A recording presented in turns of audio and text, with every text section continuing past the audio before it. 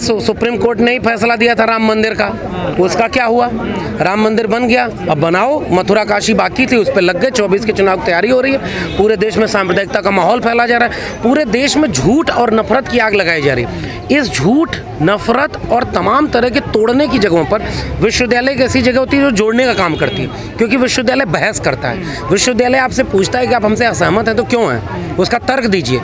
यहाँ पर तो सीधे आप प्रोफेसर को जेल में डाल रहे हैं, फिर तो आपने बहस की सारी उम्मीद खत्म कर दी है। कुछ बोलने से पहले ये देखेगा कि किसकी धार्मिक भावनाएं आहत हो रही है या नहीं, या उन तथ्यों पे बात नहीं, ये इस देश के सभी नागरिकों को एक मांग करनी चाहिए तुरंत इस केंद्र सरकार से कि वो एक ऐसी सूची जारी करे जिसमें लिखा हो कि किन किन बातों पर करने से धार्मिक भावनाएं आहत होती है। एक लिस्ट बनाओ। आप एक बात बताइए कि जिस चीज़ को धार्मिक भावना आहत करने को आप कह रहे हो कि धर्म पर अगर बात करेंगे तो धार्मिक भावना आहत हो गई।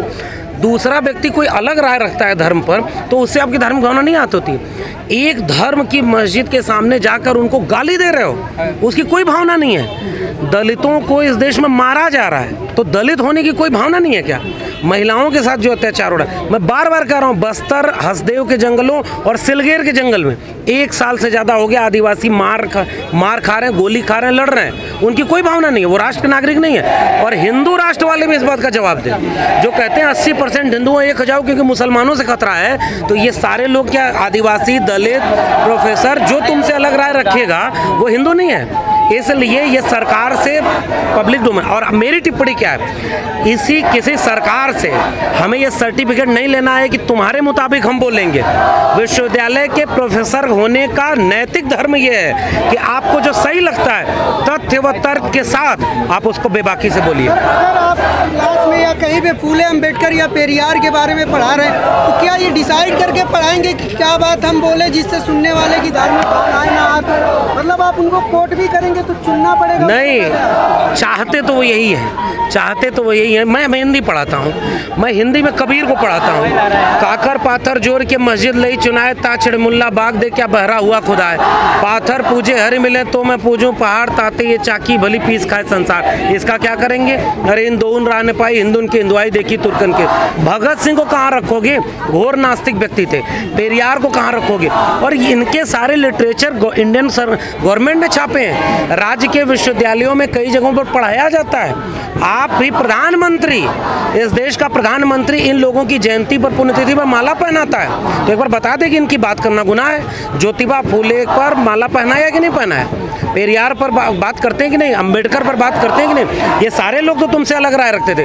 अम्बेडकर कहते थे हिंदू राष्ट्र इस देश का सबसे बड़ा खतरा है, तो अम्बेडकर पे क्या बात करने पे गुनाह हो जाएगा? ये सबसे बड़ी चुनौती है। इस देश में कुत्ते को भी पूजा जाता है, उसको क्या कहा जाए? अरे उसको छोड़िए, मैं कह रहा हूँ किसकी पूजा होती है ये उनका विषय है। मुझे नहीं पूजा करनी है, मुझे तुम्हारे धर्म को नहीं मानना है, इसका भी हक भारत का संविधान देता है। इसको भी इस देश के तमाम लोग हैं जो नास्तिक हैं, हम नहीं मानते आपके धर्म की आस्था को, क्योंकि हमारे आस्था कुछ और हो सकती है, हम नास्तिक हो सकते हैं। लेकिन आपकी भावना आहत हो रही है, तो आप चूंकि पावर में है, सरकार के लोग आपको प्रोटेक्ट कर रहे हैं, पुलिस तुरंत गिरफ्तारी दे रही है। ये पुलिस तब कहाँ गायब हो जाती है? जब कमजोर की भावनाएं आहत हो। इस देश में ताकतवर हैं आप, सरकार में बैठे हैं, तो उनकी भावनाएं हैं। बाकी का कुछ भी ध्वस्त हो जाए, उनका कुछ भी आपके लिए महत्वपूर्ण नहीं है। देश बनता कैसे है भाई? प्रोफेसरों को आप कह दोगे कि मौका नहीं है बोलने का, धर्म के खिलाफ मत बोलो, तो यही तो वो चाहते हैं। आप उनसे अलग राय रखते हो तो मत बोलो, आप खामोश हो जाओ। और खामोश करने का ये डर है। प्रोफेसर हनी बाबू जेल में गए, हम नहीं बोले, आप उनको नहीं बचा पाए, 2 साल से जेल में है। आनंद तेलतुंबड़े 2 साल से जेल में है। उमर खालिद 2 साल से ऊपर हो गया जेल में है। ऐसे तो जेल में एक और डालते जाएंगे। और जब डीयू के प्रोफेसर की हाल है, इस देश के समाज के लोगों को सोचना होगा कि जो आपके लिए बोलता है, जो आपके लिए लड़ता है, जो आपके हकूक़ की बात करता है, उसको अगर फंसा के जेल में डाल दिएगा तो आपका क्या होगा? मैंने अभी बोला, प्रोफेसर रविकांत के लिए तो उनके कैंपस में घुस करके गाली दी गई कि मारो, जूते मारो, गोली मारो। और उसमें कौन लोग खड़े हैं भाई? पुलिस ने FIR दर्ज करने के लिए लिखित शिकायत दी, प्रोफेसर रविकांत ने FIR दर्ज नहीं हुए, लेकिन उन जो आहत भावना समूह है जो बात बात पे आहत हो जाता है, जाने कौन सी छुई बुई की धार्मिक भावना है, ये जो बात कहनी है। अच्छा, एक बात है खुदाई तुम करवा रहे हो, हम तो एक बात ये भी कहते हैं, तमाम बुद्धिस्ट लोग एक सवाल उठा रहे हैं कि जब खुदाई करा रहे हो तो थोड़ा गहरी करवाना, उसमें नीचे कोई बुद्धिस्ट अवशेष मिलेगा। बुद्धिस्टों की कोई धार्मिक भावना नहीं है। ये जो बद्रीनाथ केदारनाथ के पीछे एक विमर्श खड़ा है कि शंकराचार्य ने किस चीज़ को मठ बनाया था, उसके पहले वो क्या थे, इसको सिलेबस से निकाल दोगे तो बाल नरेंद्र की कथा पढ़ाओ कि भगवा लेकर के मगरमच्छ भाग गया तालाब में और बाल नरेंद्र कूद गया, मगरमच्छ से भगवा झंडा भी ले आया, मगरमच्छ का बच्चा भी ले आया, यही सब पढ़ाओ तुम सिलेबस में।